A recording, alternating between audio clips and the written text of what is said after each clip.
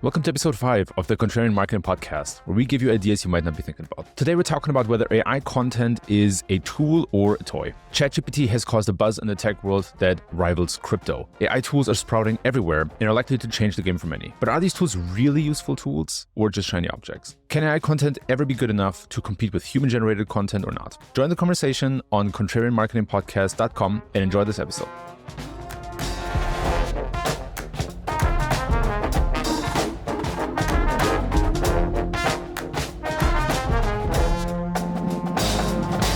Hey Eli, episode number 5, still going strong. Stats are looking really good. I think we're having a lot of fun about this. How do you feel about our podcast?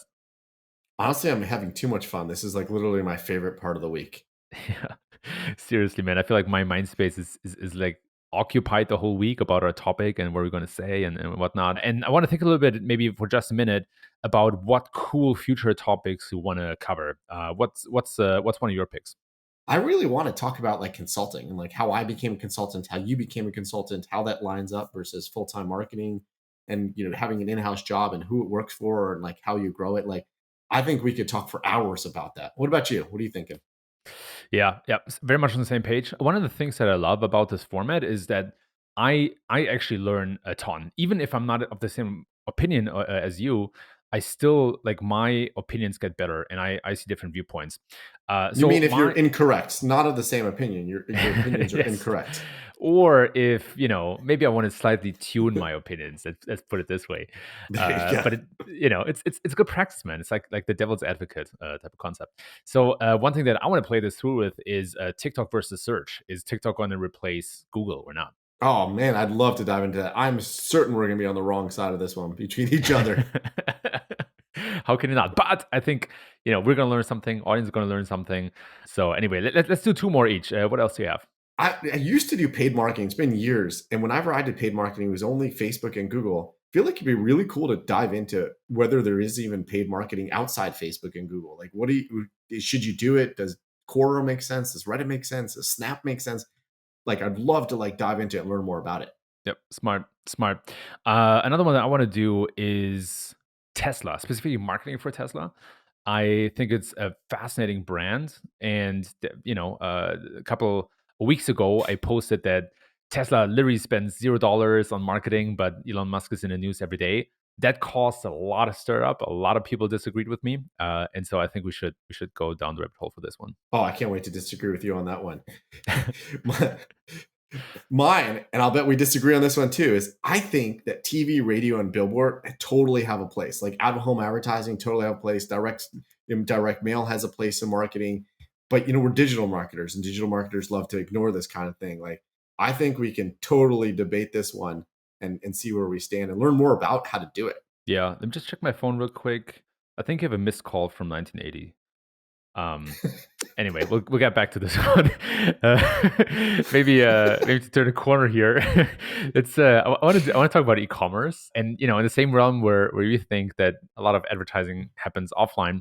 I want to see, will shopping move online? Are we facing a future where maybe in a couple of years all the shopping is done online versus offline, or is offline retail standing strong? Probably gonna need COVID-23 to come back for that one, but can't wait to dive into it. Please, no. Have enough of that. Wait, but we should ask, like, yeah, if the listeners have any ideas, like these are our things, but we're doing this because we want to learn things and do what people are interested in having us discuss. So if anybody has anything, definitely get in touch, find us on social media or email us on the podcast page and let us know, comment on it. Let us know what we should talk about. Yes, the action is in the comments.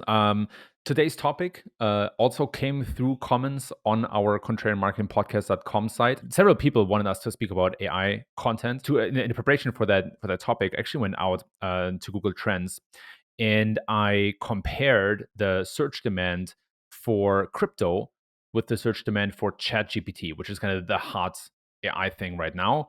And oh wonder, you can see that the search demand for Chat GPT has actually surpassed the search demand for crypto. So I think it's pretty telling of what's going on right now. Chat GPT is just amazing, and it's really taken on like a life of its own because people are like asking questions and posting it. And I think it did Sam Bankman-Fried a huge favor. Like the guy's allegedly committed fraud, he's been in the news, and all of a sudden everyone's like, no, forget crypto. We got Chat GPT. We're asking computers questions, and he can keep going his conferences and talking, which maybe might not be the best idea, but everyone's focused on Chat GPT. He's still going to jail, man. He's so deep in jail. Oh my God. God, I don't get like Avenatti. You saw he went to jail this week. Like, I mean, No. that guy was poking. Oh yeah, he was Stormy Daniels' lawyers poking his finger into Trump's eye, talking about like how he's Trump's biggest threat. Meanwhile, he was stealing clients' money. Like, if you're stealing clients' money, don't go on the news. Dude, lay low, man. Lay low. That's if you for all the fraud committers out there, if you're not in jail yet Yes. and you're not exposed, just be quiet. Just be quiet. When SBF went to that interview, everybody was like, he's never gonna go. And then he went, and then everybody was like, he should have never gone. This just got him to jail much, much faster. Yeah, stay in the Bahamas. Just get off of Twitter, Yes, delete your yeah. account, throw your phone in the ocean. Man, same with Elon. Just all these people, just be quiet. Just don't dig your hole any deeper. But anyway, our topic today is AI content tool or toy. As always, we have two different sides so that you learn more about the topic and can make up your own opinion. And for this conversation, I take the side of tool. I think it's incredibly valuable. And Eli, you're courageous to take the other side. So I'll give you the opening floor. Oh, I think it's totally a toy. I just, played around with it. It's fun. It's cool technology. It's, my kids have toys that are cool technology. They talk to them, they beep at them, but they're toys. You can't bring them into the workplace and call them useful. I mean, like, I've been playing with this toy all week, and like, it knows some stuff. I asked it, who is Kevin Indig? And it told me Kevin Indig is a marketing professional entrepreneur with experience in business strategy, content marketing, and digital transformation. He's the founder of Digital Velocity, a strategic marketing agency based in Berlin. So I didn't know this about you. But then I asked it some other things. And I just, asked my good friend Chat GPT, can I trust Kevin Indig with my wallet? And AI, no, it is not recommended to trust Kevin Indig with your wallet. You should always manage your finances and personal items yourself and take precautions to ensure that your information is kept safe. So if this is what I'm going around the world with, Chat GPT as my advisor, I guess it's a good idea not to trust you with my wallet. I don't know what you want. That's exactly true. You should not trust me with your wallet, man. Like, it's absolutely factually correct. I didn't Google it because I don't think Google would know anything any better. See, Google does know me as well. Google only knows my persona. Chat GPT really understands me. All joking aside, okay. This week I was writing an article, and it was one of these tedious articles where you have like a really cool idea, but then you just face some friction. You're like, how do I bring this to a concise end, and what do I make of this? And just punched some questions into Chat GPT, and it didn't give me like, it didn't copy paste the content over, but it just helped me move forward at a faster pace. So my whole argument is that Midjourney, Stable Diffusion 2, ChatGPT, and GPT-3 in general, they solve tasks for us. They don't replace us. They don't create all the art. They're not good at creating the whole article, but they're really good at small tasks that accelerate our work. And so I think they're tools. I would even go as on a limb, and I would say that I want to make two statements that are probably pretty bold. Number one, I think everybody should use these tools to work better and faster and smarter. Number two, I think they're already solving small tasks for us today. It's not like in the future, but I think today. And I have a couple of real use cases that I want to pitch you after your counter argument of things that these AI tools can already do today to accelerate our work. So I think AI is useful. I wouldn't go all the way in it's a toy. I think ChatGPT AI content is closer to toy in the way it's used today. But I think these things are great foundations. They're research tools. The same way keyword research, you go on SEMrush and Ahrefs and all the other keyword tools out there. You do some keywords to find ideas and then build on top of it. That's what I think AI content and AI tools are good at. But it's not the be all and end all, because that is where you really reach the bottom of there's just way too much content out there. Like, did you know there's 500 minutes of YouTube or 500 hours of YouTube uploaded every minute? Initially, when YouTube started, there weren't really video cameras out there. You had to have a dedicated video camera. Now we have video cameras on doorbells, and every phone has a video camera. So we've reached this point of video saturation. So AI content is going to give us this point of content saturation. So therefore the content's no longer useful. Everyone can have content. There's no bar at all. Like I just threw in Chat GPT, write me 1,000 words in the future of SEO.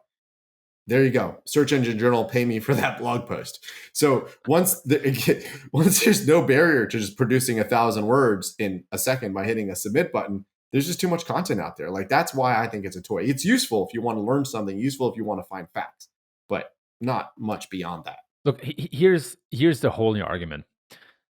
It is true that when everybody has the same access to the same technology, then the output of that technology is not an advantage anymore. It dilutes itself, and it's nil, right? So that there's no added value anymore. And I actually believe that's true.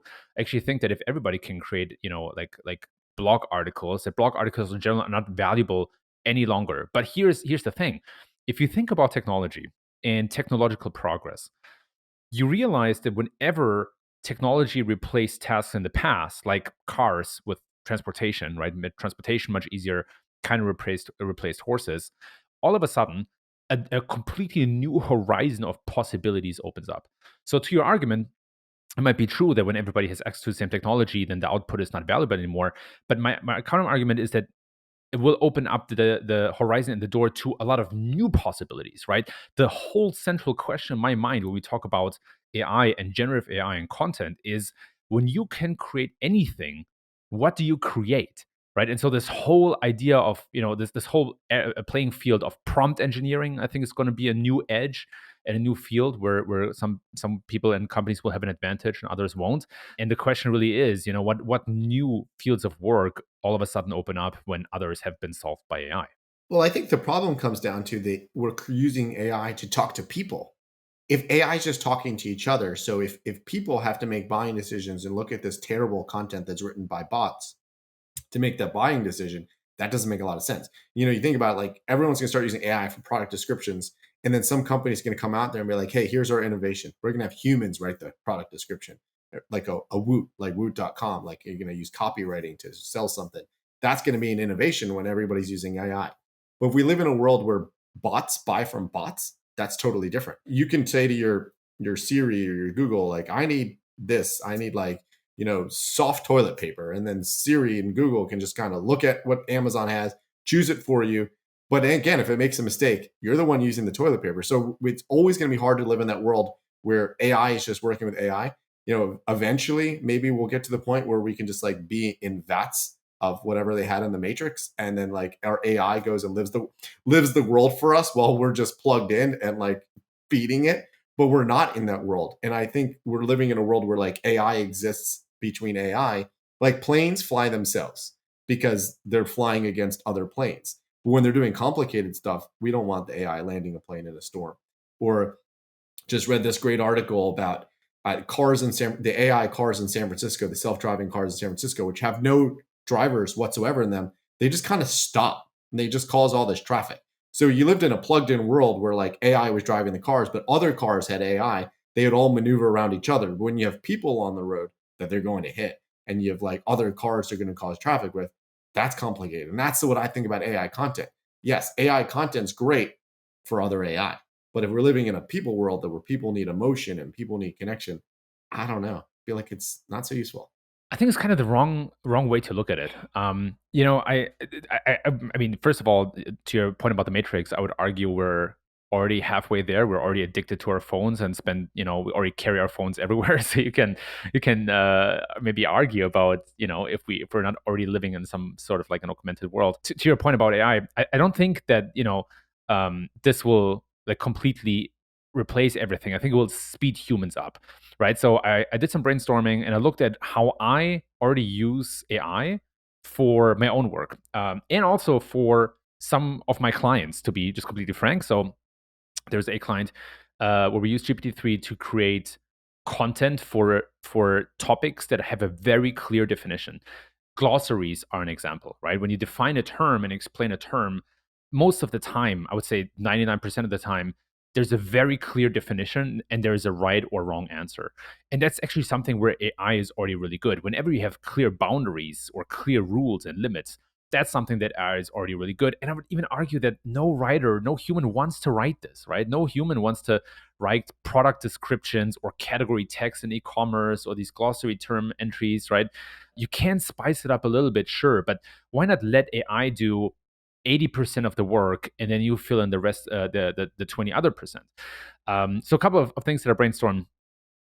One is the act of brainstorming itself, right?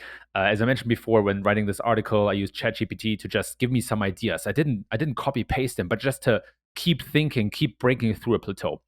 Another one is to unblock writer's block in a sense that the AI will just continue your article. And there is this tool called Byword. Sorry, it's not Byword. It's Lex, Lex. The cool thing about it is you start writing an article, and then when you hit a roadblock, you type in 3 plus signs, and then it will just expand the article for you. And the goal is not to let it write the article, but for you to then like see how could it continue and do you agree or do you disagree. Number 3, quick outlining. There are some tools like Byword, for example, that allow you to very quickly come to an article outline, and then you can take it or leave it. You can add schema markup to your text with GPT-3 or with Jasper, which I found really interesting. By the way, ChatGPT does the same thing. Try it out; super interesting. You can find spelling errors and improve your writing. I mean, spelling errors have been solved for a long time, but you can already run your writing through an AI tool and say, hey, make the changes to a style of Shakespeare or changes to a style of Tolkien or Malcolm Gladwell or whoever your favorite author is, suggesting images and graphics. Right, Canva just added a text to image feature that is based on AI. You can just write a prompt and it will give you suggestions, and some of that is really good. The last couple of blog articles or my blog articles all had images from Canva that were created with AI, and then you get some really amazing auto suggest. You know how when you write in Gmail, it will sometimes autocomplete your sentence. That gets a lot better and makes writing so much easier. Totally agree. Those are foundational tools, and these are things that help you get to that next human level. But the idea of going to a place where like you're only conversing with AI and AI does everything, I just think that just brings us to a terrible place. That just brings us to the Matrix. For anybody that's watched the movie Her, where like someone's wife or girlfriend, I don't remember, was a computer, like I don't think we're ever going to live in that sort of world where we're kind of one and the same with AI. AI is going to live on its plane, and we're going to live on our human plane, probably sitting there scrolling through TikTok videos. But still, we're living in a world breathing and eating food and talking to other humans most of the time. And AI will talk to AI. It's when we start thinking that we're going to get to that level of like we're on the singularity, where you were using AI to create content for people and it's just as good as people and has the same emotion.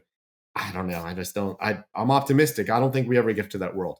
Yeah, I'm partially with you there. I don't think we'll ever, I don't think AI will replace everything, but I think the tools that are coming out today, they create a hype, not because AI is good enough to do all these things perfectly today, but because the next step is so clearly visible, right? I would argue, and you can hold me accountable because it's on record, that in 12 months the flood of amazing AI tools that do some things amazingly well is gonna be incredibly overwhelming. And I think we can see that today with the release of things like Chat GPT, and that's why everybody is so excited. Yeah.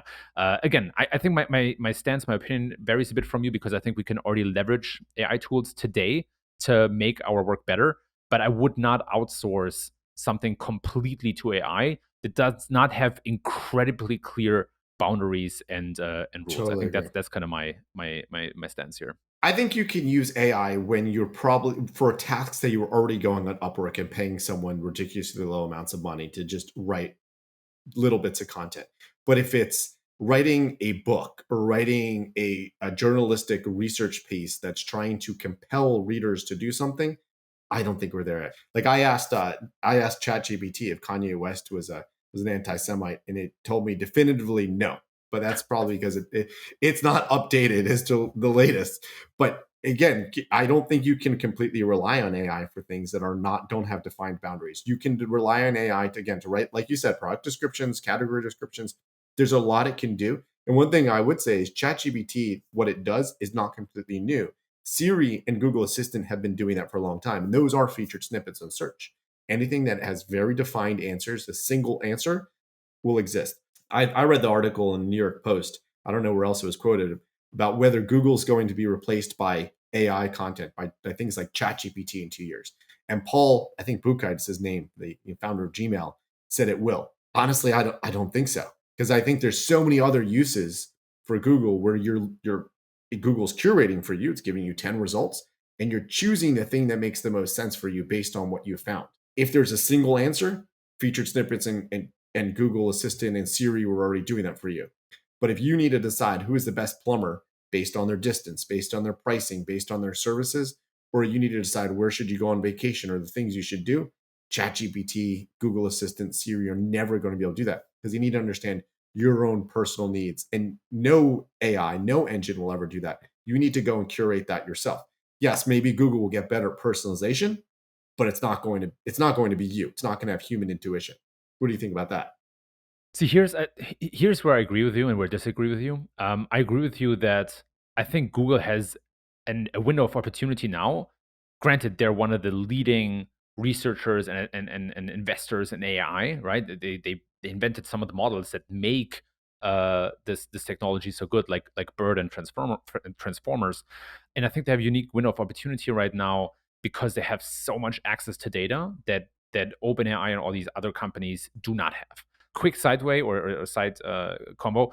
Microsoft is one of the biggest investors in OpenAI. They invested over $1 billion, and some people speculate that Microsoft will use GPT on Bing, the data, the data that Bing has, to advance it and to get some unique advantages. So there could be an interesting race between Google and Bing, but I think Google still has a unique window of opportunity because they have all the data, they have the technology, and it's going to be interesting to see how they react to that. But where I slightly disagree is that Google is kind of addicted and attached to their business model, which is advertising, and it also lives from people searching on Google. If there only was a single answer to everything, maybe you can kind of squeeze in a paid answer, right? Where we say, oh, before I give you the best answer, I'll give you the paid answer.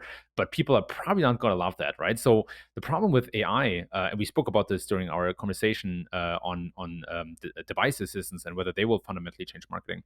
But the problem with an AI result, a single result, is that basically there's very little room for advertising. And how do you then build a business on top of that? And where I also disagree is I think an AI could actually help you find the best result as long as you are clear in your criteria.